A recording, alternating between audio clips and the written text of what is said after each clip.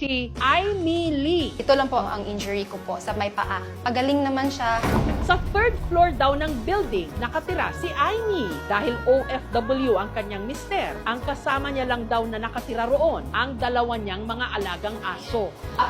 Yung first na aso ko po, which is yung kinoconsider naman na first baby po namin, is si Mia. 3 years old na siya. After 1 year, kumuha ko ng another one kasi kawawa naman. Yung isa naman, si Kayen, siya lalaki, 2 years old. Si Mia, she's nonchalant. Mas silosa siya, pero in terms yung mga laro-laro, ayaw niya. Si Kayen naman, siya yung opposite, very clingy na dog. Siya yung mas close sa akin.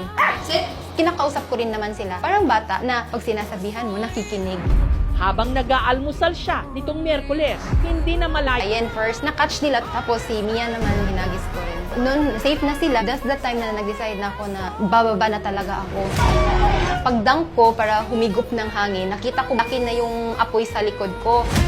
Pagtayo ko, nakita ko yung Bureau of Fire, may dala na silang mahaba na ladders. Maaabot ko na to. Yun yung nag-decide ako na mag-jump over. I was trying kasi to move a little bit lower doon sa position ko. Pinasok ko yung kamay ko. Kala ko may mahahawakan doon. Wala pala. Muntik kong malaglag. Bumalik yung hand ko sa railing. Enough naman time na yung foot ko naman, nakastep siya sa ladder.